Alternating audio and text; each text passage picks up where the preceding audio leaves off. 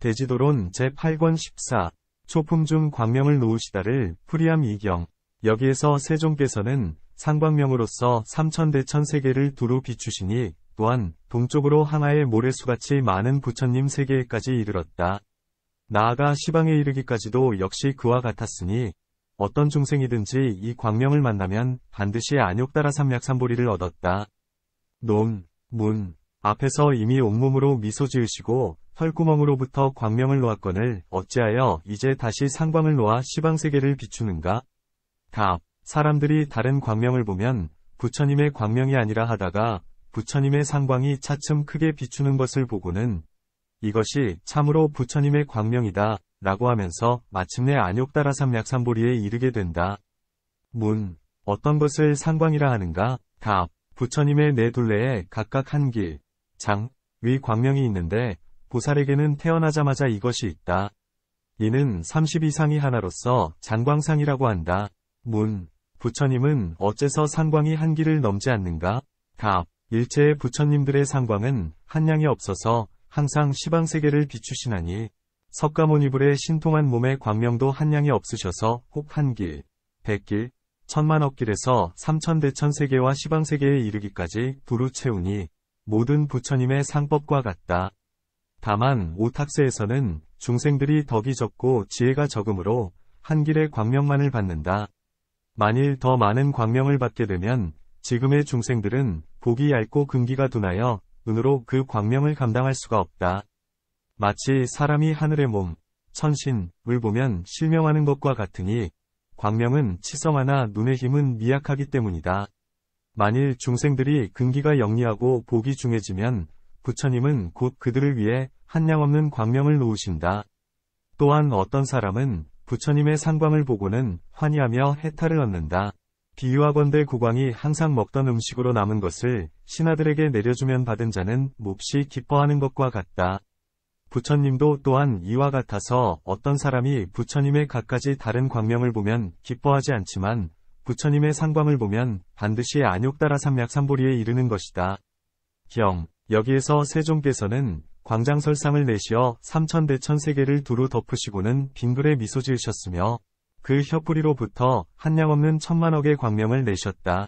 이 낱낱의 빛은 천잎의 금빛 보배꽃으로 변하고 그 꽃 위에는 모두 화연한 부처님이 가부좌를 맺고 앉아 육바라밀을 말씀하시니 듣는 중생으로서 듣는 자는 반드시 안욕따라 삼약삼보리를 얻었다.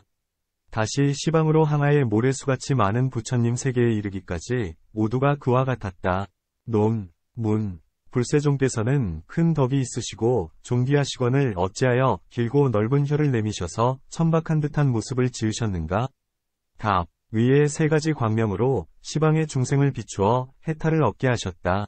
이제 입으로 마하바냐바라밀을 말씀하시고자 하시나 마하바냐바라밀은 매우 깊어서 알기 어렵고 이해하기 어렵고 믿어받들기 어렵다. 그러므로 넓고도 긴 혀를 내밀어 증거로 삼으셨으니 혀의 모습이 이러할진대 그 말씀은 반드시 진실하리라는 것이다. 옛날 어느 때 부처님이 사바제 나라에서 안거를 마치신 뒤에 아난이 부처님을 모시고 여러 나라를 유행하셨다. 어느 바라문의 성에 이르려 하니 바라문 성의 왕은 부처님의 신묘한 덕이 응히 여러 사람을 교화하고 많은 사람의 마음을 감동시킨다는 것을 알고 있으므로 생각하기를 지금 그가 여기에 오신다면 누가 다시 나를 좋아하겠는가 했다. 그리고는 곧 제안하는 영을 내렸다. 누구든지 부처에게 음식을 주거나 부처의 말을 듣는다면 500냥의 금을 벌금으로 내야 한다. 그렇게 제안이 있은 뒤 부처님은 그 나라에 도착하시어 아난을 데리고 바루를 들고 성에 들어가 걸식을 하셨다. 하지만 성 안의 사람들이 모두 문을 닫고 대꾸도 하지 않으므로 부처님은 빈 바루로 성을 나오셨다. 이때 어느 집에 늙은 하인이 있었는데 그는 깨진 질그릇에 쉰 뜬물을 담아 가지고 문 밖에 나와 버리려 하다가 불세종께서 빈 바루로 오시는 것을 보았다. 그 늙은 하인은 부처님의 상호가 금빛을 이루고 100호, 6개, 장광이 있는데 바루는 비어 있어 밥이 없는 것을 보고는 생각했다. 이렇게 신비한 사람이라면 응당 하늘의 공양을 받으실 터인데 이제 몸소 내려와서 바루를 들고 걸식을 하시는 것을 보니 이는 반드시 큰 자비를 베푸시어 모든 중생을 가엾이 여기시기 위해서이리라. 그리고는 신심이 청정해져서 좋은 공양을 올리려 했으나 뜻을 잃을 길이 없었다. 그는 부끄러워하면서 부처님께 말씀드렸다. 공양을 드리고 싶으나 힘이 미치지 못하오니 지금의 이 쉰 음식이라도 부처님께서 필요하시다면 받아주십시오. 부처님께서 그 마음이 믿음이 있고 공경스럽고 청정함을 아시고는 곧 손을 펴서 바로의 밥을 받으셨다. 이때 부처님께서 빙그레 웃으시면서 오색 광명을 놓으시니 천지를 두루 비추고 다시 미간으로 들어갔다. 아난이 합장하고 무릎을 세우고 끌어앉아 부처님께 말씀드렸다. 세존이시여, 지금 웃으신 인연의 뜻을 알고자 하옵니다.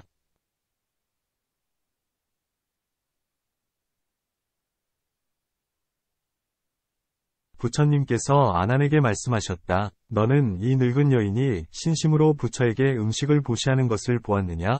아난이 대답했다. 보았습니다. 부처님께서 다시 아난에게 말씀하셨다. 이 늙은 여인은 부처에게 밥을 보시한 까닭에 15법 동안 천상의 인간 사이에서 복덕을 받아 즐거우며 악도에 떨어지는 일이 없으리라. 나중에는 남자의 몸을 얻고 집을 떠나 돌을 베어 벽지부를 이루고 무여열반에 들리라. 이때 부처님 곁에 한 바라문이 서 있다가 개송으로 말했다. 그대는 일종이고 찰리의 종성으로 정방구광의 태자이건만 밥 한 그릇 때문에 큰 망언을 범하도다. 이렇게 쉰 음식에 무슨 가품이 그리 중하리. 이때에 부처님께서 넓고도 긴 혀를 내밀어 얼굴을 덮으시니 머리카락 살피에까지 이르렀다. 그리고는 바라문에게 말씀하셨다. 그대는 경서에서 이러한 혀를 가진 사람이 망언을 짓는 것을 보았는가? 바라문이 대답했다. 만약에 어떤 사람이 혀가 능히 코를 덮는다면 그 말에 허망함이 없다. 그러니 하물며 머리카락 살피에까지 이른 것이랴. 나는 진심으로 부처님이 망언을 할 리 없다고 믿지만 보잘것없는 시주에 그렇게 과보가 많다는 것을 이해하지 못하겠습니다.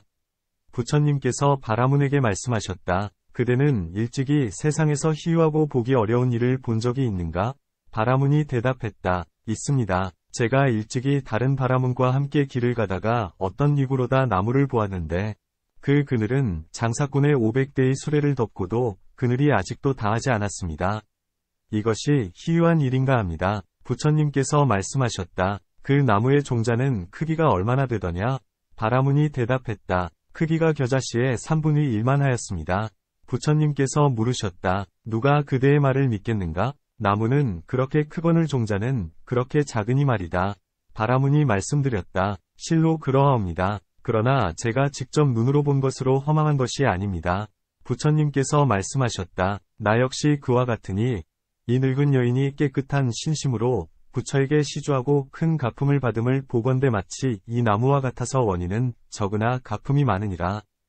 또한 이것은 열애의 복전이 지극히 좋고 아름다운 까닭이니라. 여기에서 바라문의 마음이 활짝 열리고 뜻이 풀려 5 활개를 땅에 던지고 허물을 뉘우치면서 부처님께 말씀드렸다. 제가 정황이 없어 어리석게도 부처님을 믿지 않았습니다. 부처님께서는 이어 그를 위해 갖가지 방법으로 설법해 주시니 그는 초독과를 얻었다.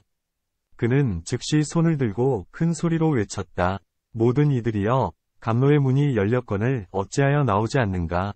성 안의 바라문들은 모두 500냥의 황금을 보내 왕에게 주고는 부처님을 맞이해 공양을 드렸다. 그리고는 모두 이렇게 말했다. 감로의 맛을 얻었거늘 누가 이 500냥의 황금을 아끼리요? 사람들은 모두 그 많은 법을 지키지 않고 깨뜨렸다.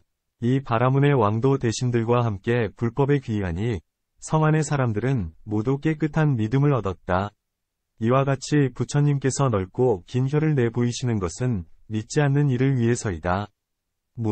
바라문을 위해서 혀를 내어 보이실 때엔 얼굴을 덮었는데 지금의 혀에서 나는 광명은 어찌하여 삼천대천세계에 미치는가?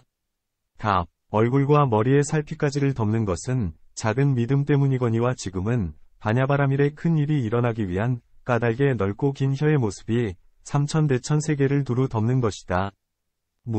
이 하나의 성 안에 사는 사람들이 이렇게 얼굴을 덮는 설상을 다 보는 것도 어려운 일인데 하물며 이제 마하바냐바라밀을 말씀하시는 법회에 모인 대중과 나아가서는 이 지방 또는 다른 지방에 한량없는 대중이 모였는데 다 볼 수 있겠는가? 또한 사람의 눈으로 볼 수 있는 거리는 몇 위에 불과한데 이제 삼천대천세계에 두루 한다고 하니 너무 커서 믿기 어렵지 않은가? 답. 부처님이 방편으로 신통력을 베푸셔서 일체의 중생들로 하여금 모두가 혀의 모습이 삼천대천세계에 두루한 것을 보게 하셨다. 만일 신통력을 가하지 않으셨다면 비록 십주보살이라 할지라도 부처님의 마음을 알지 못했을 것이다. 신통력을 가한다면 비록 축생일지라도 부처님의 마음을 알 수 있다. 반야바라밀경의 뒤에 품에서 말씀하시기를 뭇 사람들이 모두 아촉불의 회상을 보되 윤을 마주대한다 고 하며 또한 부처님께서 아미타불의 세계의 갖가지 장엄스러움을 말씀하시니 안하니 말씀드리기를 오직 원하건대 뵙고자 합니다. 하자 부처님께서는 즉시에 일체의 대중으로 하여금 모두 무량수불 세계의 장엄과 청정을 보게 하셨다. 부처님의 혀의 모습을 보는 것도 또한 그와 같아서 부처님께서 넓고 긴 혀로서 삼천대천세계를 두루 덮으신 뒤에 문득 웃으셨으니 웃으신 인연은 앞에서 설명한 것과 같다. 전에 이미 혀로부터 광명을 놓았거늘 이제 또한 어찌하여 혀뿌리로부터 광명을 놓으시는가? 답. 일체의 중생들로 하여금 깊은 믿음을 내게 하기 위해서이다. 또한 혀의 빛깔이 산호와 같아 투명하고 맑은 것이 함께 일어나기 때문에 다시 광명을 놓으셨다. 또한 이 모든 광명은 천잎의 금빛 보배꽃으로 변했는데 혀에서 이 천잎의 금빛 보배꽃을 내고 광명이 환하게 비추는 것이 마치 처음으로 돋는 해와 같았다. 어째서 광명 속에서 이러한 보배꽃을 변화해내는가? 답. 부처님께서 앉으시려는 때문이다. 평상들도 좋을 텐데 어째서 반드시 연꽃인가? 답. 평상은 세간의 속인들이 앉는 법이다. 연꽃은 부드럽고 깨끗하기 때문이며 신통력으로서 능히 그 위에 앉아도 꽃이 무너지지 않는 모습을 보이기 위해서이다. 또한 묘한 법의 자리를 장엄하기 위해서이다. 또한 다른 꽃은 모두가 작아서 이 꽃같이 향기롭고 맑고 큰 것이 없다. 인간 세계의 연꽃은 키도 한자, 척을 넘지 못하고 만다기니 못과 아나바달다 못의 연꽃은 수레의 상계만큼 크고 천상의 봅의 연꽃은 이보다 더 커서 가부좌를 들고 앉을 만하다. 하지만 부처님께서 앉으신 꽃은 이보다 백천만 배나 수승하다. 또한 이 연화대는 장엄스럽고 깨끗하고 향기롭고 묘하여 앉을 만하다. 또한 겁이 다하여 탈 때는 일체가 공하여지는데 중생들의 복덕 인연의 힘 때문에 시방에서 바람이 이르러서 마주 대하고 마주 부딪혀서 큰 물을 지탱한다. 물 위에는 1000개의 머리에 이 1000개의 손과 발을 가진 사람이 있는데 위뉴라 한다. 이 사람의 배꼽에서 천잎의 금빛 묘한 봅의 연꽃이 나오는데 그 광명이 매우 밝아서 만개의 해가 함께 비치는 것과 같다. 꽃 속에 사람이 있어서 가부좌를 틀고 앉았는데 이 사람에게 또한 한량없는 광명이 있으니 범천왕이라 부른다. 이 범천왕의 가슴, 심에서 8아들이 태어났고 그 8아들이 하늘, 땅, 인간을 내었다. 이 범천왕은 모든 음욕과 성냄이 이미 다하여 남음이 없으니 그런 까닭에 말하기를 누구든지 선의 청정한 행을 닦아 음욕을 끊으면 범도를 행하는 이라 한다, 고 한다. 부처님께서 법의 바퀴를 굴리시는 것을 법륜이라고도 하고 혹은 법륜이라고도 한다.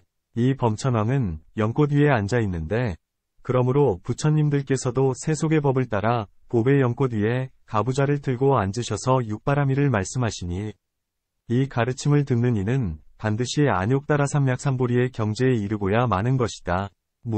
석가모니 부처님께서 한량없는 천만억의 부처님을 변화해 놔두셨거늘 어떻게 일시에 설법을 하시는가? 아비담에서 말하듯이 한때에 두 마음이 없는 것이다.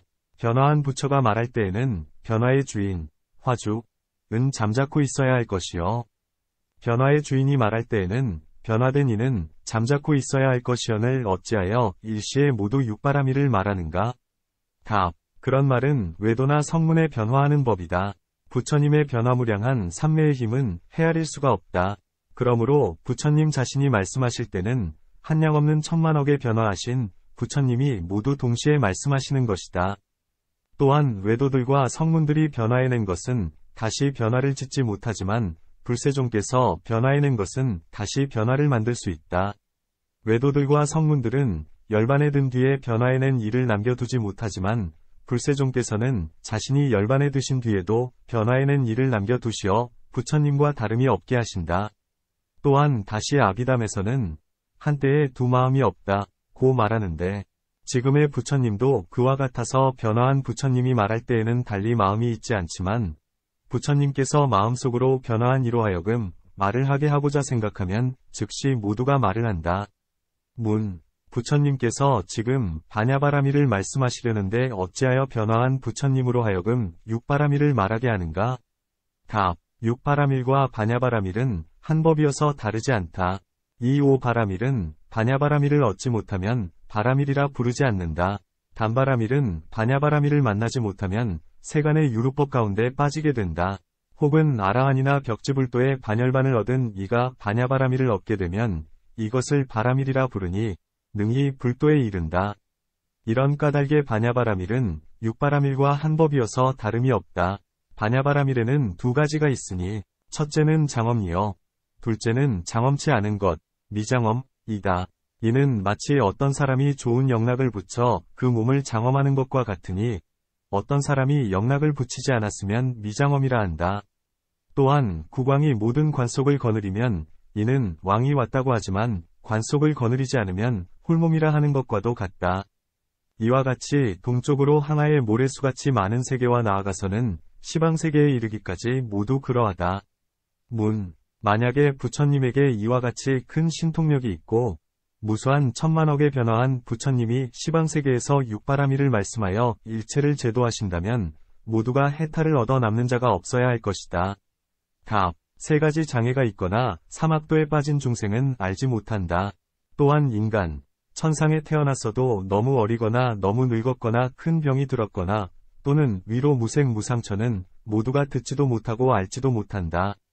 문. 능히 듣거나 능히 아는 이들이 어찌하여 모두 도를 얻지 못하는가? 답. 그들 역시 모두가 도를 얻을 수는 없다. 왜냐하면 결사의 업장 때문이다. 어떤 사람이 결과 사가 무거워서 항상 결과 사 때문에 마음이 가려지면 이 때문에 남김없이 도를 얻지 못한다. 문. 시방에 계신 부처님들께서 변화한 부처님을 보내어 육바라밀을 설하게 하셔야 하리라. 우리들도 세 가지 장애가 없건을 어찌하여 듣지 못하겠는가?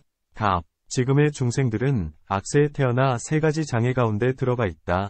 부처님 뒤에 태어나면 착하지 못한 업보가 있게 되나니 어떤 세계에는 나쁜 죄의 업장이 있거나 혹은 두텁고 무거운 결사의 업장이 있다. 부처님 다녀가신 뒤에 태어난 사람들은 흔히 두텁고 무거운 결사에 가려져 있다. 음욕은 얇으나 성냄, 진해, 이 두텁거나 혹은 성냄은 얇으나 음욕이 두텁거나 혹은 음욕은 얇으나 우치가 두텁거나 혹은 우치는 얇으나 진해가 두텁다. 이와 같이 전전에서 서로 얇고 두터운 결사의 장애가 있기 때문에 변화된 부처의 설법을 듣지도 못하고 알지도 못한다. 부처님의 광명도 보지 못하거늘 하물며 도를 얻겠는가? 비유하건대 해가 떠도 소경은 보지 못한 채 세상에 해나 달은 없다 고 하는 것과 같다. 해에게 무슨 허물이 있으랴? 또는 우레가 쳐서 땅을 흔들어도 벙어리는 소리를 듣지 못하니 소리에게 무슨 허물이 있으랴? 지금 시방세계의 부처님들이 항상 경법을 말씀하시고 항상 변화한 부처님을 시방세계에 보내어 육바라밀을 말씀하시게 하건만 죄업에 눈멀고 귀먹은 탓으로 법의 소리를 듣지 못한다. 이런 까닭에 남김없이 보지 못하고 남김없이 듣지 못한다. 비록 성인의 크신 자비일지라도 모두로 하여금 듣거나 보게 할 수는 없다. 만약에 죄가 사라지려 하거나 복이 생기려 한다면 이때는 곧 부처님을 뵙고 법을 들을 수 있다. 경. 여기에서 세종께서는 짐짓 사자자에 계시면서 사자유의 삼매에 드시어 신통력으로 삼천대천세계를 감동시키시니 6가지로 진동하였다. 논. 문. 이 삼매를 어찌하여 사자유의라 하는가? 답. 비유하건대 사자가 사슴을 잡아 자재롭게 가지고 노는 것과 같으니 부처님도 그와 같아서 이 삼매에 들면 능히 각가지로 이 땅을 움직여 6가지로 진동케 하신다. 사자유의라 함은 비유하건대 사자가 유의하는 날엔 모든 짐승이 편안한 것과 같으니 부처님도 또한 그와 같아서 이 삼매에 드시어 삼천대천세계를 진동하면 능히 사막도의 중생으로 하여금 일시에 모두 쉬게 해서 모두 안온을 얻게 만든다. 또한 부처님을 인간의 사자라 하는데 사자유의 삼매는 부처님이 즐기시는 삼매이다. 이 삼매에 드실 때에는 이 땅덩이를 6가지로 진동케 하여 온갖 지옥이나 악도의 중생들이 모두 해탈을 얻고 천상에 태어나게 된다. 이것을 유희, 휘라 한다. 문. 부처님은 어찌하여 이 삼매에 드시는가? 답. 삼천대천세계를 움직여서 삼악도의 중생을 건져내어 2가지 길, 이도에 옮겨놓으시려는 까닭이다. 또한 위의 3가지 변화가 부처님의 몸에서 나왔지만 사람들이 혹은 이에 대해 믿음이 깊지 못하다. 이제 땅덩이를 흔들어 보임은 중생들로 하여금 부처님의 신통의 힘이 한량이 없음을 알게 하고자 함이며, 능히 외물을 모두 요동케 함은 신정의 마음을 기쁘게 해서 모두가 괴로움을 여의게 하고자 함이다. 문. 아라한이나 신, 천, 들도 능히 땅을 흔들건을 어찌하여 부처님의 신통력만을 말하는가? 답. 아라한이나 신들은 충분히 요동시키지 못한다. 오직 부처님만이 대지를 6가지로 진동시킬 수 있으시다.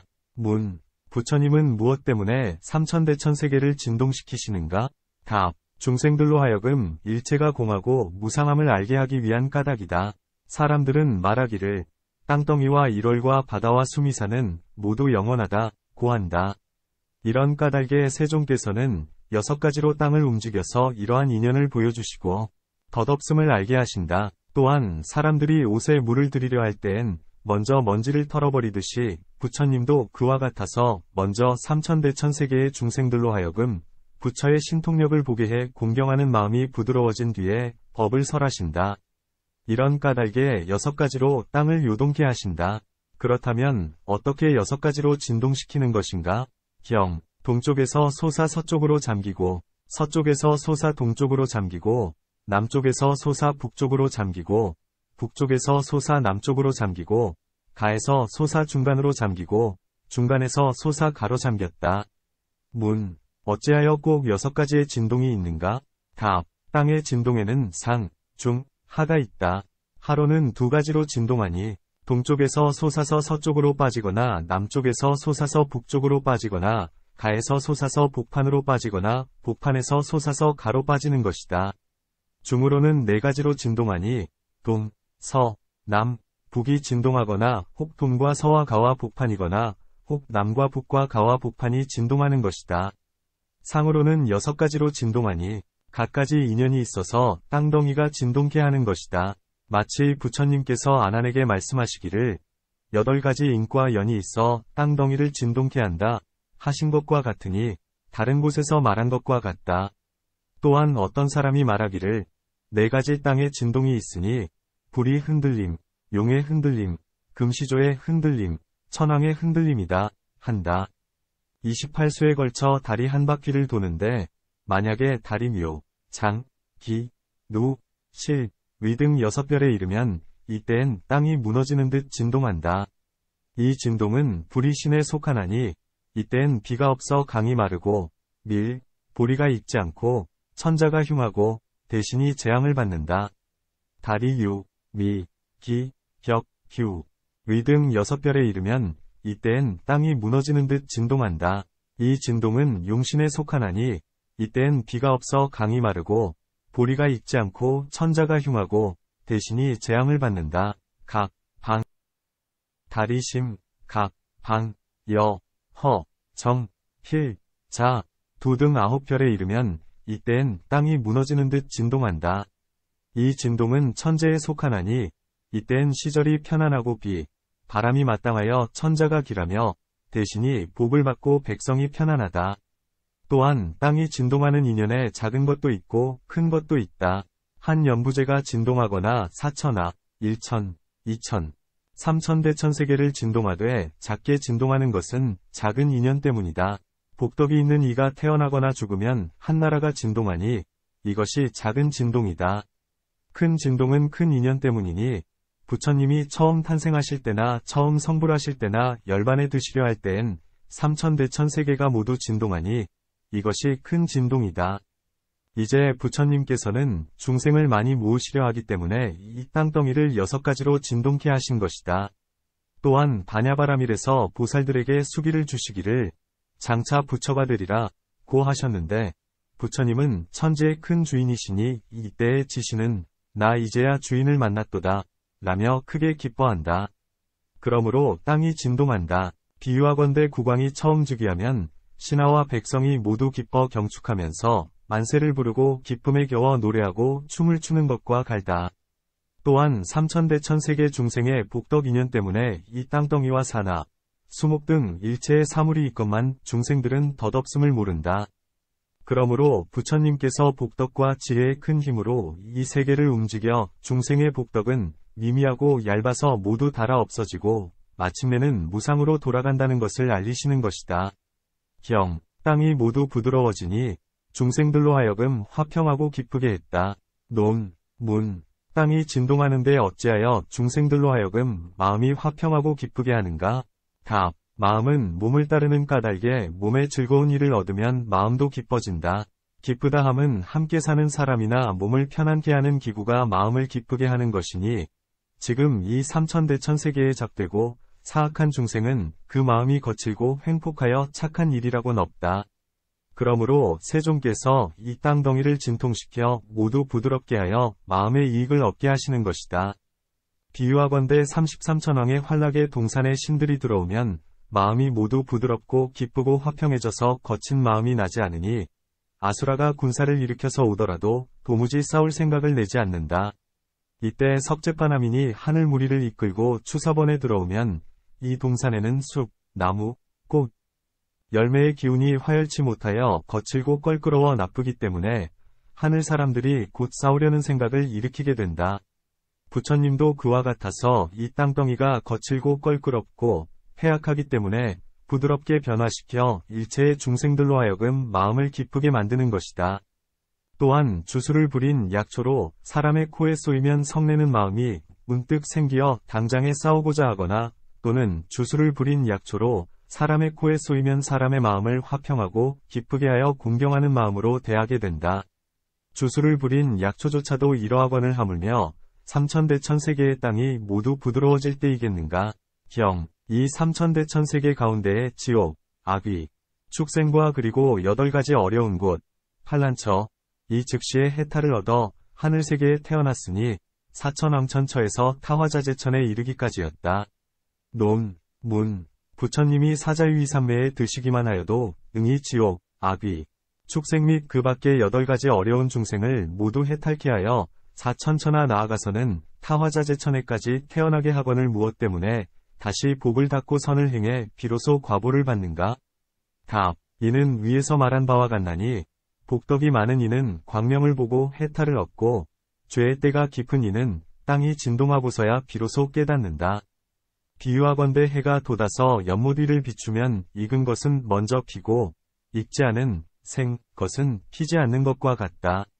부처님도 그와 같아서 먼저 광염을 놓으심에 복이 있고 지혜가 예리한 자는 먼저 해탈을 얻으며 그 복이 아직 익지 않고 지혜심이 예리하지 않다면 이 때문에 아직 해탈을 얻지 못한다.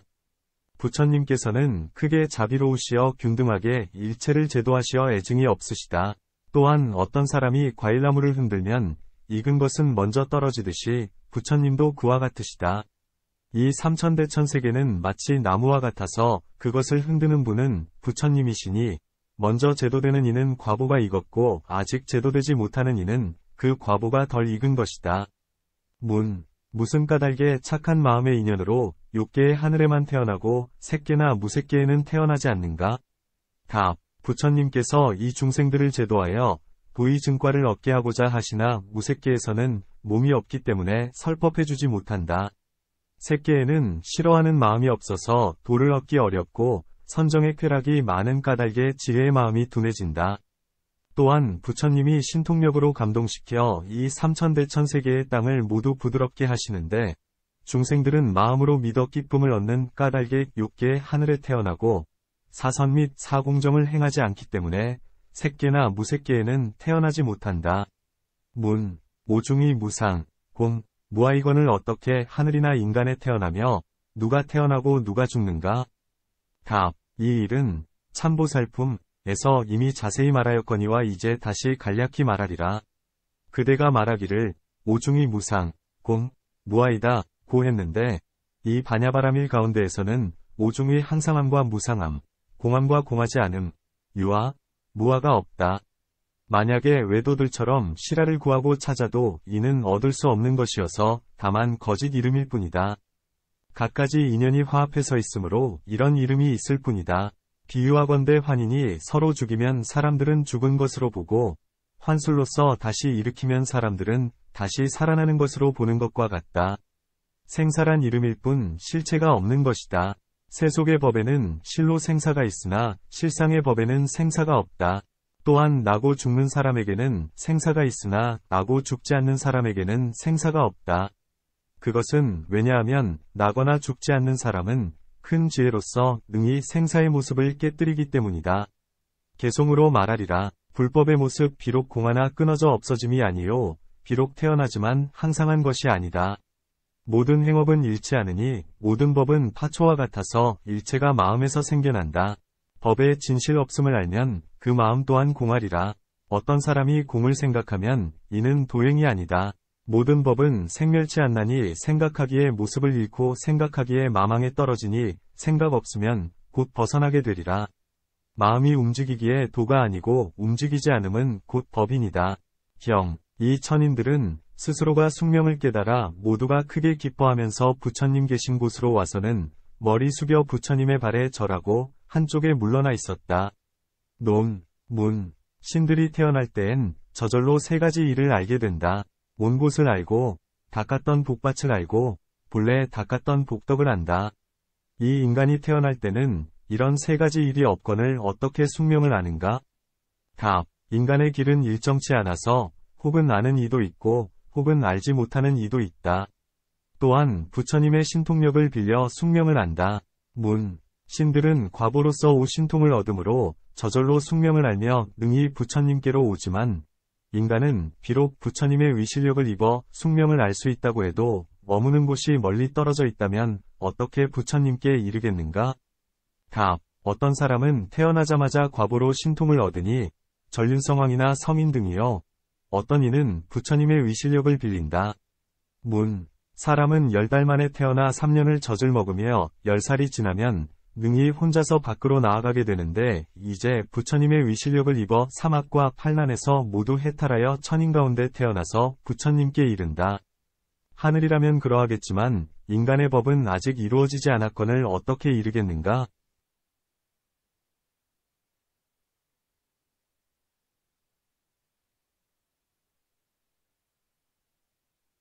답. 오도이 태어나는 법이 각각 같지 않다. 하늘과 지옥은 모두 화생이다. 아비는 두 가지로 태어나니 태생과 화생이다. 인간, 인도, 과 축생은 네 가지로 태어나니 알에서 태어나는 것, 난생, 습기 속에서 태어나는 것, 습생, 돌연히 태어나는 것, 화생, 모태에서 태어나는 것, 태생, 이다. 알에서 태어난다는 것은 비사구미가라의 어미, 비사구미가라모, 가 낳은 32명의 아들과 같은 경우로 이를 난생의 사람이라 한다. 어미 비사구가 32개의 알을 낳았다. 알을 까니 32명의 아들이 태어났는데 모두 장사가 되었다. 미가라는 큰 아들의 이름이며 그 어미는 세 번째 독과를 얻었다. 이러한 것을 난생이라 한다. 습생이란 음나발이 음녀가 정수리로 전륜성왕을 낳은 것과 같은 경우로 이러한 것을 습생이라 한다. 화생이란 부처님이 사부대중과 함께 유행하셨는데 비구니 가운데 아라바라는 이가 있어 땅에서 변화해 나왔으며 또한 겁초의 사람이 처음 날 땐 모두가 화생이었다. 이러한 것들을 화생이라 한다. 태생이라 함은 보통 사람이 태어나는 것과 같은 경우이다. 화생으로 태어난 사람은 즉시에 장대해져 능히 부처님께 이르게 되며 사람에게는 과보로 얻은 신통력으로 능히 부처님 계신 곳에 이르게 된다. 또한 부처님께서 위실력을 빌려 능히 부처님께 이르기도 한다. 경. 이와 같이 시방의 항아에 모래수같이 많은 세 개의 땅이 모두 6가지로 진동하니 일체의 지옥, 악귀, 축생 및 8가지 어려운 곳에 이르기까지가 모두 해탈을 얻고 천상에 태어나 6째 하늘에까지 이르렀다. 논, 문, 삼천대천세계에는 중생들이 많아서 한량 없고 헤아릴 수 없거늘 어찌하여 다시 시방의 항아에 모래수같이 많은 세계의 중생에까지 미치는가? 답. 부처님의 힘은 한량이 없으셔서 비록 삼천대천세계의 중생을 다 제도하여도 그것은 일부에 지나지 않는다. 그러므로 다시 시방세계에까지 이르는 것이다. 문. 석가모니 부처님께서 큰 위실력으로 시방세계를 널리 제도하시거늘 어찌하여 다른 부처님이 필요한가? 답. 중생이 한량이 없어 일시에 이거지는 것이 아니기 때문이다. 또한 중생의 인연이 각각 다르기 때문이니 성문의 법에서 말씀하시기를 사리불과 인연이 있는 제자는 사리불 이외에는 부처님이라도 제도하지 못하거늘 하물며 다른 사람이겠는가 했다. 또한 이제 다만 동쪽으로 하나의 모래수같이 많은 세계만을 말하고 둘, 셋, 넷 나아가서는 천, 만, 억 하나의 모래수같이 많은 세계는 말하지 않았다. 또한 세계가 끝없고 한량 없기 때문이니 만일 끝이 있고 한량이 있다면 중생도 다할 수 있으리라. 그러므로 시방에 한량 없는 세계의 부처님들이어야 제도할 수 있는 것이다. 경. 그때 삼천대천 세계의 중생으로서 태어나면서 눈이 먼 이 생맹는 보게 되고 귀먹은 이는 듣게 되고 벙어리는 말하게 되고 미친 이는 정신이 돌아오고 산란한 이는 안정되고 벗은 이는 옷을 얻고 줄이고 목마른 이는 배부름을 얻고 병든 이는 치유되고 모습이 흉하게 무너진 이는 형체가 갖추어졌다. 논, 문. 중생들의 고통과 근심이 백천가지 있거늘 부처님께 신통력이 있다면 어찌하여 두루 해탈을 얻게 하지 않는가? 답. 모두를 다 구제하지만 지금은 대략 거친 것만을 말했다. 마치 갖가지 번뇌, 결사가 있어도 간략히 말해 삼독이라 하는 것과 같다. 문. 다만 눈먼이가 보게 되었다고만 해도 될 것이언을 어찌하여 태어나면서 눈이 먼 자, 생맹라 하는가? 답. 태어나면서 눈이 먼 자는 전생의 죄가 무거운 까닭이다. 죄가 무거운 이도 보게 되거늘 하물며 가벼운 이이겠는가? 문. 전생에 어떤 무거운 죄가 있기에 태어나면서 눈이 먼 자가 되는가? 답. 중생들의 눈을 망가뜨리거나 중생들의 눈을 뽑아내거나 바른 소견의 눈을 깨뜨려도 죄가 없다고 말한다면 이런 사람은 죽어서 지옥에 떨어지고 죄과가 다해 사람이 되더라도 나면서부터 운이 멀게 된다. 또한 불탑 안에 화주나 등명을 훔치거나 아라한 벽지불의 탑에서 화주나 등명을 훔치거나 그 밖의 복전에서 광명을 약탈하면 이러한 갖가지 전생의 업이 인연이 되어 눈을 잃는다. 금생에서 병이 나거나 혹은 구타에 의해 실명하면 이는 금생의 인연이다. 또 96종의 눈병은 사나가야광도 고치지 못하는데 부처님만이 능히 고쳐주어 보게 한다. 또한 먼저 볼 수 있게 한 뒤에 지혜의 눈을 얻게 함이니 귀먹은 자가 들을 수 있게 하는 것도 이와 같다. 문. 태어나면서 눈이 먼 이가 있다면 어찌하여 태어나면서 귀가 들리지 않는 이 생롱는 없는가? 답. 태어나면서 눈이 먼 이는 많지만 태어나면서 귀가 들리지 않는 이는 적다. 그러므로 말하지 않는다. 문. 무슨 까닭에 벙어리가 되는가? 답. 귀가 먹는 것은 전생의 인연이다. 스승의 가르침을 받지 않거나 행하지 않고 도리어 화를 내면 이런 까닭에 귀가 먹는다. 또한 중생들의 귀를 끊거나 중생들의 귀를 망가뜨리거나 부처님의 탑이나 스님들의 탑을 훔치거나 착한 사람들의 복전에서 종, 건치, 방울, 해 및 북을 훔치면 이런 죄보를 받게 된다. 이러한 것들은 갖가지 전생의 업을 인연한다. 금생의 인연은 병이 들거나 구타당하는 일이니 이러한 것들이 금생의 인연으로 벙어리가 되는 것이다. 문. 벙어리는 말을 하지 못하는데 무슨 죄를 지었기에 벙어리가 되는가? 답. 전생에 남의 혀를 끊었거나 혹은 입을 막았거나 혹은 나쁜 약을 주어서 말을 못하게 했거나 혹은 스승이나 부모의 가르침을 듣고도 그 말을 막아 끊고 비방하거나 혹은 사악한 자가 되어 죄와 복을 믿지 않고 바른 말씀을 깨뜨리면 지옥의 죄를 받고 세상에 태어나 사람이 되어도 벙어리가 되어 말을 하지 못한다. 이러한 갖가지 인연 때문에 벙어리가 된다. 문. 미친 자가 바르게 되었다 했는데 어찌하여 미쳤는가? 답. 전생에 죄를 짓거나 남이 좌선하는 것을 깨뜨리거나 좌선하는 집을 부수거나 주술을 써서 사람을 저주하여 성내고 싸우고 음욕을 일으키게 했기 때문이다. 금생에서는 온갖 번뇌가 두텁고 무겁기 때문이니 마치 어떤 바라문이 그 복전을 잃고 그 부인마저 죽음의 즉시에 발광하여 알몸으로 벗고 달렸던 일과 같으며 시사각교담 비구가 본래 속가에 있을 적에 7 자식이 몽땅 죽음에 크게 슬퍼하여 실신하고 발광한 일과 같다. 어떤 사람은 몹시 화가 났는데 스스로 억제할 수 없어서 크게 미치게 된다. 어떤 우치한 사람은 사악한 까닭의 죄를 몸에 바르고 머리칼을 뽑고 발가벗고 미쳐 날뛰면서 똥을 먹는다. 어떤 사람은 풍병, 열병, 중병 등에 걸려 미친다. 어떤 사람은 악귀가 쉬어서 미치고 어떤 사람은 어리석게도 빗물을 마시고 미친다. 이처럼 정신을 잃어버리는 갖가지 경우를 미쳤다고 하는데 부처님을 뵙게 되는 까닭에 광증이 낫게 되는 것이다. 문, 어지러운 자가 안정되었다 하였는데 미친 것, 광, 이 곧 어지러움, 난, 이건을 어찌하여 구별하는가? 답, 어떤 사람은 미치지 않았더라도 마음이 많이 흐트러지고 어지러운 것이 마치 원숭이가 가만히 있지 못하는 것과 같나니 이러한 것을 어지러운 마음이라 한다. 또한 지나치게 일에 바쁘고 마음이 일에 집착되어 있으면 곧 심력을 잃고 도를 감당해내기 어렵게 된다. 문, 어지러운 마음에는 어떠한 인연이 있는가? 답, 착한 마음이 차츰 얇아지고 착하지 못한 경지를 따르나니 이를 마음의 어지러움이라 한다. 또한 이런 사람은 무상함을 관찰하거나 죽음의 모습을 관찰하지 못하고 세상의 공함을 관찰하지 못한 채 수명에 애착하고 갖가지 사물을 계교하여 갖가지로 흩어져 달리나니 그러므로 마음이 어지럽다. 또한 불법 안에서 내면의 즐거움을 구하지 않고 밖의 즐거움만을 구하여 즐거움의 원인을 따르고 쫓나니 그러므로 마음이 어지럽다. 이렇게 어지러운 사람은 부처님을 뵙게 됨으로써 그 마음이 집중되어진다. 문, 앞에서는 미친 자가 바르게 되었다 말했는데 이제는 벗은 자가 옷을 얻었다 한다. 광증을 제거하였거늘 어찌하여 다시 벗은 자가 있는가?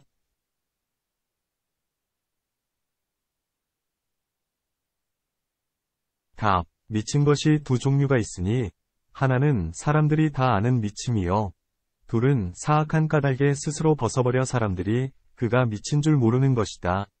전하는 말에 의하면 남천축에 어떤 법사가 있었는데 높은 자리에 올라가서 5개의 뜻을 설했는데 이 대중 가운데는 많은 외도들이 숨어들어와서 듣고 있었다. 이때 국왕이 따져 물었다. 만약에 그대가 말하듯이 어떤 사람이 남에게 술을 베풀거나 스스로가 마시면 미치고 어리석은 과보를 받는다고 한다면 지금의 세상 사람들은 미친 자가 많고 바른 자가 적어야 할 것이다. 하지만 지금은 미친 자는 적고 미치지 않은 자가 많으니 그것은 무슨 까닭인가? 이때 외도의 무리들이 말했다. 좋은 질문이로다. 그 질문은 매우 깊으니 이 대머리 법사는 대답이 막힐 것이다. 왕은 예리한 지혜를 지녔도다. 이때 법사는 손가락으로 외도들을 가리킨 뒤에 다른 이야기를 계속했다. 왕은 곧 그 뜻을 알아들었으나 외도들은 다시 왕에게 말했다. 왕의 질문이 매우 깊으시기에 저 사람은 어찌 대답할지 알지 못한 채 부끄러워서 손가락을 들었단 일을 이야기하는 것입니다. 왕이 외도들에게 말했다. 이 높은 자리에 앉으신 법사께서는 손가락을 가리켜 벌써 대답을 다 하셨다. 다만 그대들을 보호하기 위하여 말로써 드러내시지 않았을 뿐이다. 손가락으로 그대들을 가리킨 것은 그대들이 미쳤고 적지 않게 미쳤음을 말한 것이다. 그대들은 를 몸에 바르고 발가벗었을 때 부끄러움이 없으며 사람의 해골에다 똥을 담아서 먹고 머리칼을 뽑고 가시 위에 눕고 거꾸로 매달리고 코에 불을 쏘이고 겨울에는 물에 들고 여름에는 불에 쪼이는 등 이 같은 갖가지 행위는 길이 아니고 모두 미친 짓이다. 또한 그대들의 법에서는 고기를 팔거나 소금을 팔면 당장에 바라문의 법을 범한다 하면서 하늘의 제사, 천사, 지내는 동안에 소를 보시해주면 곧바로 그것을 팔아버리면서 스스로의 법대로 행한다고 말한다. 소가 곧 고기이권을 이는 사람들을 속이는 짓이다. 어찌 실수가 아니겠는가? 또한 말하기를 기라의 물속에 들어가면 죄의 때가 제거된다고 한다. 이는 죄와 복에 인연이 없다는 말이니 그렇다면 고기나 소금을 팔면 어찌하여 죄가 되는가? 기라의 물에 들어가면 능히 죄의 때를 제한다 하는데 만약에 죄를 제한다면 복도 제해야 할 것이다. 어떤 기람, 이 기에 이렇게 인도연도 없는 일들에서 구태여 인연이 되겠는가? 이것이 미친 짓이다. 이러한 갖가지 미친 모습이 그대들에게 있으니 법사께서는 그대들을 보호해주기 위해 손가락으로 가리키기만 하시고 말씀은 안 하신 것이다. 이것을 발가숭이, 나형, 위 광증이라 한다. 또한 어떤 사람이 빈궁하여 옷이 없거나 혹은 옷이 해져서 난무하면 부처님은 신통력으로서 그로 하여금 옷을 얻게 하신다. 문, 줄인 자가 배부르게 되고 목마른 자가 물을 얻었다고 했는데 그렇다면 어찌하여 줄임과 목마름이 있는가? 답. 복덕이 얇기 때문에 전생에는 인이 없었고 금생에는 연이 없다. 그러므로 줄이고 목마르다. 또한 이 사람은 전생의 부처님, 아라한, 벽지불의 음식이나 친한 이 음식을 약탈했다. 비록 부처님의 세상을 만났더라도 여전히 줄이고 목마르니 죄가 무겁기 때문이다. 문. 지금의 나쁜 세상에 태어났을 때 좋은 음식을 얻는 이가 있고 부처님을 만나는 세상에 태어났을 때 줄이고 목마른 이가 있다. 만약에 죄인이라면 부처님을 만나는 세상에 나지 않아야 할 것이요. 복인이라면 악세에 나지 않아야 할 것인데 어찌하여 그러한가? 답. 업보의 인연이란 각각 다르다. 어떤 사람은 부처님을 배울 인연은 있으나 음식의 인연이 없고 어떤 사람은 음식의 인연은 있으나 부처님을 배울 인연은 없다. 비유하건대 검은 독사가 많이 줄을 안고 누웠는데 어떤 아라한이 걸식을 해도 밥을 얻지 못하는 것과 같다. 또한 가섭불 때에 형제 두 사람이 출가하여 돌을 닦았는데 한 사람은 개를 지키고 병을 잃고 좌선했으나 한 사람은 널리 단어를 구하면서 온갖 복업을 닦았다. 석가모니 부처님께서 세상에 나타나시기에 이르러 한 사람은 장자의 집에 태어났고 한 사람은 크고 흰 코끼리로 태어났는데 힘이 능히 도적의 무리를 무찌를 수 있었다. 장자의 아들은 출가하여 돌을 배워 육신통을 얻은 아라한이 되었으나 복이 얇아서 밥을 빌기 어려웠다.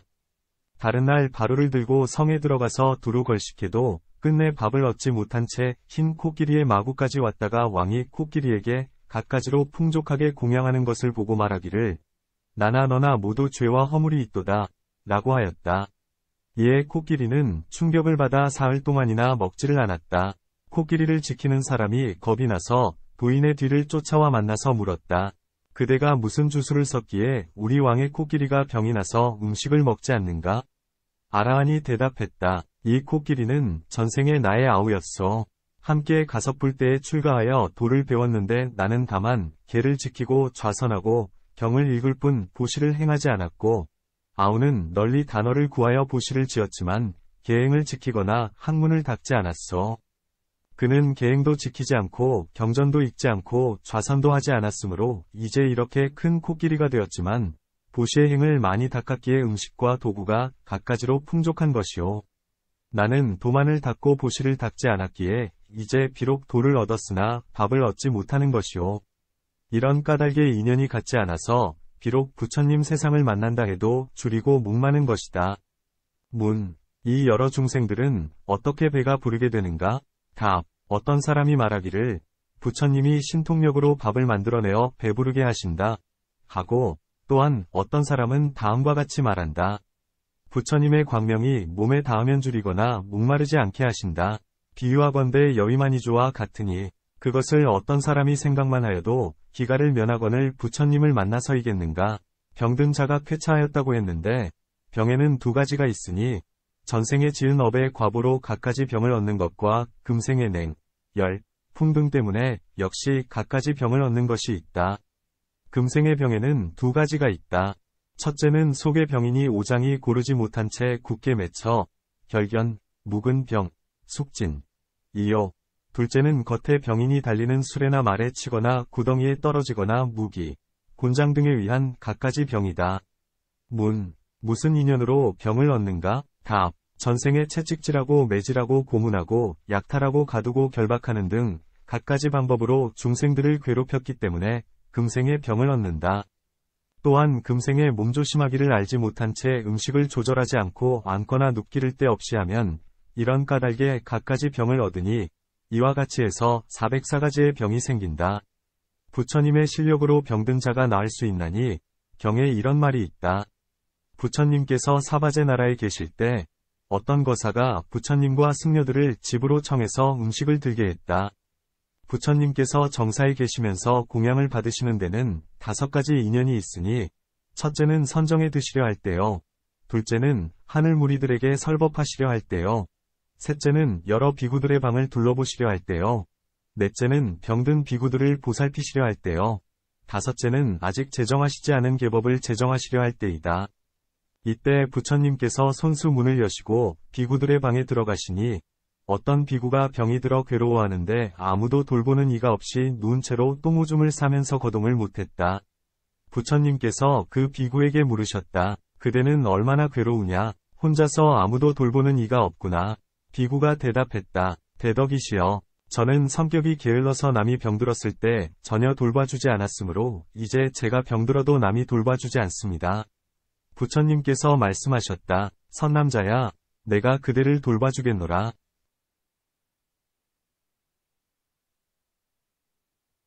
이때 석제파나의 백성들은 물을 주었고 부처님께서 손으로 그의 몸을 어루만져 주셨다.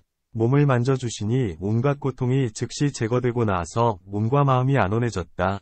이때 세종께서는 그 병든 비구를 1일 2부축해 일으켜서 방 밖으로 데리고 나와 목욕을 시키고 옷을 갈아입힌 뒤에 다시 조심스레 방으로 데리고 들어가서 자리를 펴고 앉게 하셨다. 그리고는 부처님께서는 병든 비구에게 말씀하셨다. 그대가 오랫동안 얻지 못한 일을 얻으려 하지 않았고, 이르지 못한 곳에 이르고자 하지 않았고, 알지 못한 일을 알려고 하지 않았으므로 이토록 많은 고통을 받고 있느니라. 이렇게 하면 다시 더 큰 고통이 있느니라. 비구가 이 말을 듣고 생각했다. 부처님의 은혜는 한량이 없으시고 신통력이 헤아릴 수 없으셔서 손으로 만지시자마자 고통이 곧 멈추고 몸과 마음이 편해졌다. 그러므로 부처님은 신통력으로서 병들은 자를 낫게 하시는 것이다. 불구자는 형체가 복구되었다고 했는데 무엇을 불구라고 하는가? 곧 어떤 사람이 전생에 나비 몸을 망가뜨리거나 머리를 끊거나 손발을 자르는 등 갖가지로 신체를 훼손시키며 불상을 파괴하거나 불상의 코나 그 밖의 여러 성현들의 형상을 훼손하거나 부모의 형상을 파손하면 이러한 죄로 인해 온전히 구족치 못한 형체를 받는다. 또한 불선법의 과보로 추악하고 비루한 몸을 받기도 하고 혹은 금생의 도적에게 해를 입었거나 형벌을 받는 등 갖가지 인연으로 훼손을 입기도 하고 혹은 바람, 추위, 열병 때문에 몸에 나쁜 종기가 생겨 몸의 한 부분이 망가진 것을 불구라 한다. 부처님의 크신 은혜를 입으면 모두 구족하게 되나니 비유하건대 기원의 건져건져는 진나라 말로는 속이다. 라는 노비가 있었는데 그는 바산이광의 형의 아들로서 단정하고 용맹하고 건강하며 심성이 부드럽고 착했다. 왕의 대부인이 그를 보자 마음에 애착이 일어나 은근히 불러 자기의 뜻에 따르라 하였으나 건져는 거절했다. 대부인이 크게 노하여 왕에게 중상모략하여 도리어 죄를 뒤집어 씌웠다. 왕은 이 말을 듣자 그 자리에서 그를 갈기갈기 찢어서 무덤 사이에 버렸다. 그날 밤 목숨이 끊어지려 할 때에 호랑나찰이 와서 그를 먹으려는데 그때 마침 부처님께서 그 근처를 지나시다가 그를 발견하고는 광명을 놓아 비추시니 몸이 곧 회복되었다. 그가 크게 기뻐하며 부처님께서 그에게 설법을 해주시니 그는 곧 세 번째 도, 삼도를 얻었다. 부처님께서 그의 손을 끌고 기원정사로 돌아오시니 그가 이렇게 말했다. 제 몸이 이미 망가져 버려졌던 것을 부처님께서 다시 제 몸을 이어주셨습니다. 이 목숨이 다할 때까지 부처님과 비구 승가에게 이 몸을 보시하겠습니다. 이튿날 바산이광이 이 말을 전해 듣고 기원정사로 와서 건져에게 말했다. 그대에게 잘못을 참회하노라. 너는 실로 아무런 죄도 없거늘 사리분별을 못해 형벌의 해를 입혔구나. 이제 그대에게 이 나라의 반을 주어 다스리게 하리라. 건져가 말했다. 저는 이미 싫어졌습니다. 왕에게도 죄는 없습니다. 제가 전생에 지은 죄의 과보로서 마땅히 그렇게 돼야 하는 것이었습니다. 이제 몸으로써 부처님과 스님들에게 바쳤으니 다시 돌이킬 수 없습니다. 이와 같이 어떤 중생이 불구로서 구족치 못한 이가 있더라도 부처님의 광명을 입으면 모두가 즉시의 원래로 돌아온다. 그러므로 말씀하시기를 불구라도 모두가 구족해진다. 고 했나니 부처님의 광명을 받으면 즉시의 원래로 돌아오는 것이다. 일체의 중생이 모두가 평등심, 등심을 얻어 서로 대하니 마치 부모, 형제, 자매와 같았으며 또한 친척 같았고 선지식 같았다. 이때 중생들은 균등하게 십선업도를 행하고 범행을 깨끗이 닦아 티가 없어 다면하고도 즐거워했다. 마치 비구가 제3선에 든 것과 같았으니 좋은 지혜를 얻고 계행을 잘 지니고 스스로를 지켜 중생들을 괴롭히지 않았다. 이 중생들은 아직 애욕을 여의지 못했으며 선정도 없고 사무량심도 없거늘 어떻게 균등한 마음을 얻겠는가? 답. 이들의 균등함이란 선정 속에서의 균등함이 아니라 모든 중생에 대하여 원한도 성냄도 없게 되는 것이다. 이러한 까닭에 착한 마음으로 마주보게 되는 것이다. 또한 균등한 마음이라 함은경에 말씀하시기를 무엇을 균등한 마음으로 마주본다 하는가? 곧 보기를 부모와 같이 하기 때문에 이를 균등한 마음이라 한다. 고 했다. 문. 일체 중생을 보되 모두가 부모, 형제, 자매같이 여기는가? 답. 아니다. 노인을 보면 부모와 같이 여기고, 연장자를 보면 형같이 여기고, 어린 사람을 보면 동생같이 여기며, 자매에 대해서도 그와 같이 한다. 균등한 마음 때문에 모두를 친한 친척같이 보는 것이다. 문. 어찌하여 부모가 아닌데 부모라 하고 친척이 아닌데 친척이라 하는가? 이는 거짓말에 떨어지는 것이 아닌가? 답. 일체의 중생은 한량없는 세상 동안 부모, 형제, 자매, 친척 아닌 이가 없다. 또한 진실한 법의 모습 안에는 부모, 형제가 없지만 사람들이 나라는 전도된 개교에 집착하기 때문에 부모다 형제다 하거늘 이제 착한 마음의 힘 때문에 마주보기를 부모같이 한다 하여도 거짓말이 되지 않는다. 또한 어떤 사람이 위를 맺고 서로 친해진다면 아버지가 아니지만 아버지로 섬기고 어머니가 아니지만 어머니로 섬기는 것과 같다. 형제나 자식의 경우도 이와 같다. 사람은 자식일지라도 악을 행하면 내쫓아 버리고 남의 성바지라도 선을 행하면 자식처럼 기르나니 서로 대하는 것이 균등한 마음이다. 이런 개송이 있다. 남의 부인을 어머니같이 보고 남의 재물을 불같이 보고 모든 일을 친척같이 보면 이를 균등한 봄이라 한다. 이때 중생들이 균등하게 십선업도를 행하였다라고 했는데 신업도에 세 종류가 있으니 살생하지 않음, 훔치지 않음, 삿된 음행을 하지 않음이다. 구업도에 네 종류가 있으니 거짓말 않음, 이간질 않음, 욕하지 않음, 꾸민말 않음이요. 위업도에 세 종류가 있으니 탐내지 않음, 해치지 않음, 삿된 소견 없음이다. 스스로가 살생하지 않고 남을 시켜 살생하지 않고 살생치 않는 일을 보면 찬탄하고 살생을 피하는 일을 보면 대신 기뻐한다. 이와 같이 나아가 사견에 이르기까지 각각 네 가지가 있다. 문. 나중에 세 가지 업도는 업이 아니요. 앞에 7가지는 업이거늘 어찌하여 10가지 착한 업이라 하는가? 답. 적은 편을 버리고 많은 편을 쫓기 때문에 통틀어 업도라 한다. 나중에 세 가지가 비록 업은 아니나 능히 업을 일으키기도 하고 또한 업이 되기도 하기 때문에 통틀어 업도라 부른다. 이제 범행을 깨끗이 닦아 티가 없다 함을 풀이하리라. 문. 위에서 십선업도를 행함을 설하였으니 이 이치가 이미 구족하거늘 이제 어찌하여 다시 범행을 깨끗이 닦는다고 말하는가? 답. 어떤 사람은 십선업도를 행하기는 하나 음욕을 끊지 못하는 이가 있다.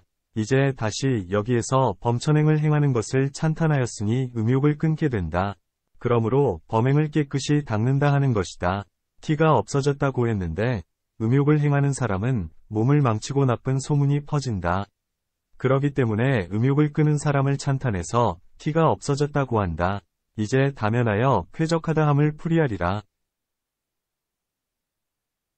문. 이는 어떤 즐거움인가? 답. 이 즐거움이 두 가지가 있으니 내적인 즐거움, 내악, 과 열반의 즐거움, 열반악, 이다. 이 즐거움은 오진, 진에서 오는 것이 아니다.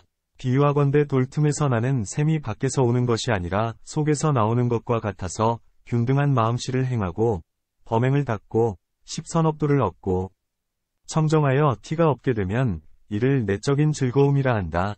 문. 이 즐거움은 어느 세계에서 걸리는가?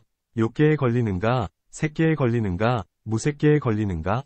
답. 이 즐거움은 욕계에서는 걸리기도 하고 걸리지 않기도 하다. 색계와 무색계에서는 걸리지 않는다. 지금 말하기를 마치 비구가 제3선에 든 것 같다 고 했는데 만일 색계에서 걸리는 것이라면 마치 비구가 제3선을 얻는 것 같다고 말하지는 않았을 것이다. 그러기에 색계에서 걸리는 것이 아님을 알 수 있다. 이 경지는 욕계의 마음에 희락을 내고 온몸에 가득 채우니 마치 보드라운 풀, 난소에다 몸을 담그면 몸이 유연해지며 화평하고 즐거운 것과 같다. 걸리지 않는다고 함은 바냐바라밀의 모습을 관찰하면 모든 법이 나지도 멸하지도 않아 진실한 지혜를 얻고 마음에 집착이 없이 형상없는 즐거움이 있으니 이것이 걸리지 않는다는 것이다. 부처님께서 말씀하시기를 열반이 으뜸가는 즐거움이다 하셨거늘 어찌하여 제3선천의 즐거움을 말하는가? 답. 두 가지 즐거움이 있으니 느낌의 즐거움, 수학, 과 느낌이 다한 즐거움, 수진학, 이다. 느낌이 다한 즐거움이란 온갖 오음이 다하여 다시는 태어나지 않는 것으로 이는 곧 무여열반의 즐거움이다. 능히 근심과 번뇌를 제하여 마음속이 환하니 이를 즐거운 느낌, 락수라고 한다. 이러한 즐거운 느낌이 제3선 가운데 가득히 들어차 있으니 이런 까닭에 말하기를 비유하건대 제3선천의 즐거움 같다 고 말하는 것이다. 초선과 이선에도 즐거운 느낌이 있거늘 어찌하여 제3선만 말하는가? 답. 즐거움에는 상, 중, 하가 있는데 하는 초선이요, 중은 이선이요, 상은 삼선이다. 초선에 두 가지가 있으니 낙근과 희근이다. 오식과 상응하는 것이 낙근이고 의식과 상응하는 희근이다. 이 선에서의 의식과 상응하는 것은 희근이며 제3선에서의 의식과 상응하는 것은 낙근이다. 일체의 사계 안에서 3선을 제하고는 달리 의식과 상응하는 낙근이 없다. 이는 오식은 분별할 수도 없고 이름의 특징도 알 수 없어서 안식이 생함은 손가락을 튀기는 순간이지만 의식은 이미 생겨나 있는 것이다. 이런 까닭에 오식과 상응하는 낙근은 만족한 즐거움이 될 순 없으며 의식과 상응하는 낙근만이 만족한 즐거움이 된다. 이런 까닭의 삼선 가운데에는 공덕이 적으며 즐거움이 많은 까닭의 배사, 승처, 일체의 입이 없다. 이 삼선을 지나서는 다시 즐거움이 없다. 그러므로 말하기를 비유하건대 비구가 제3선천에 든 것과 같다 고 말한다. 이제 일체 중생이 모두가 좋은 지혜를 얻었으며 계행을 지니고 스스로를 보호하고 중생을 괴롭히지 않았다 함을 풀이하리라. 무슨 까닭의 즐거움에 이어 모두가 좋은 지혜를 얻었다 고 말하는가? 답. 사람이 즐거움을 얻기 전엔 능히 공덕을 지을 수 있지만 즐거움을 얻은 뒤엔 마음이 즐거움에 집착되므로 공덕을 짓지 않는 예가 많다. 그러므로 즐거움 뒤에 차례로 마음이 좋은 지혜를 얻었다 한다. 좋은 지혜란 계행을 지니고 스스로를 보호하고 중생을 괴롭히지 않는 것이다. 계행을 지님을 일러 스스로를 지킨다고 하며 또한 중생을 괴롭히지 않는다고 하는 것이다. 그런데 무슨 까닭에 다시 스스로를 보호하고 중생을 괴롭히지 않는다고 거듭 말하는가? 답. 몸과 입으로 짓는 선은 계행을 지닌다고 하며 마음을 거두어 선으로 나아가는 것은 스스로 보호한다고 하고 중생을 괴롭히지 않는다고 한다. 또한 일체의 공덕은 모두 계, 정, 해에 포석되는데 계행을 잘 지닌다 함은 계에 포석되고 스스로를 보호한다 함은 정에 포석되고 중생을 괴롭히지 않는다 함과 선정에서의 자등의 공덕은 해에 포석된다. 누구도 계행을 잘 지키지 않는다고 말하지 않거늘 어찌하여 계행을 잘 지닌다고 하는가? 답. 바라문같이 세간법에 집착하는 이들은 이렇게 말한다. 집을 버리고 계를 잘 지킨다면 이는 종자를 끊는 사람이 된다. 또한 스스로의 힘으로 재물을 얻어 널리 공덕을 짓는다면 이러한 이에게는 복덕이 있다. 출가한 자는 걸식하여 자신도 꾸려나가지 못하거늘 어떻게 공덕을 짓겠는가? 이러한 것을 일러 계행을 잘 지니는 이를 꾸짖는다고 한다. 또한 어떤 사람은 세상을 법으로 다스리는데 집착되어 스스로를 잘 보호하는 사람을 꾸짖어 이렇게 말한다. 사람은 법으로 다스려서 선을 상주고 악을 벌주어야 한다. 법을 범해서는 안 되며 존귀하고 친한 일을 벌여서는 안 된다. 법을 세워 세상을 구제하면 그 이익됨이 크거늘 무엇 때문에 자기 몸 하나만을 좋게 하려고 스스로를 보호하며 무사에 빠져 세상이 어지러워도 바로 잡지 않고 사람이 급해도 구제하지 않는가? 이러한 것을 일러 스스로를 보호하는 이를 꾸짖는다고 한다. 또한 어떤 사람은 중생을 괴롭히지 않는 것을 꾸짖어 이렇게 말한다. 원수에 보복치 못하고 도적을 묶지 못하고 악인을 다스리지 못하고 죄가 있어도 엄단하지 못하고 환난을 물리쳐 구하지 못한 채 잠자코 있어 이익이 없다. 어째서 이렇게 하는가? 이러한 것을 일러 중생을 괴롭히지 않는 이를 꾸짖는다고 한다. 이런 개송이 있다. 사람이 용맹하지 못하면 세상에 살아서 무엇하리요? 친한 이가 위태해도 구제 못하니 마치 땅 위에 선 나무장승이로다. 이러한 갖가지 착하지 그릇된 말을 하는 것을 일러 중생을 괴롭히지 않는 이를 꾸짖는다고 한다. 그러나 이 천인들은 모두 좋은 지혜를 얻고 계행을 잘 지니고 스스로를 보호하고 중생을 괴롭히지 않는다. 이러한 착한 법을 행하면 몸과 마음이 안온해져 두려움에 떨지 않으며 번뇌, 열도 없고 근심도 없이 좋고 착한 명예만이 있어 사람들에게 사랑받고 공경받는다. 이것은 열반의 문으로 향하는 것이다. 목숨이 마칠 때에 복덕스러운 모습을 보아 마음이 기쁘고 근심과 후회가 없다. 설사 열반을 얻지 못하더라도 부처님들의 세계나 혹은 천상에 태어난다. 이런 까닭에 좋은 지혜를 얻고 계행을 잘 지니고 스스로를 보호하고 중생을 괴롭히지 않는다고 말하는 것이다.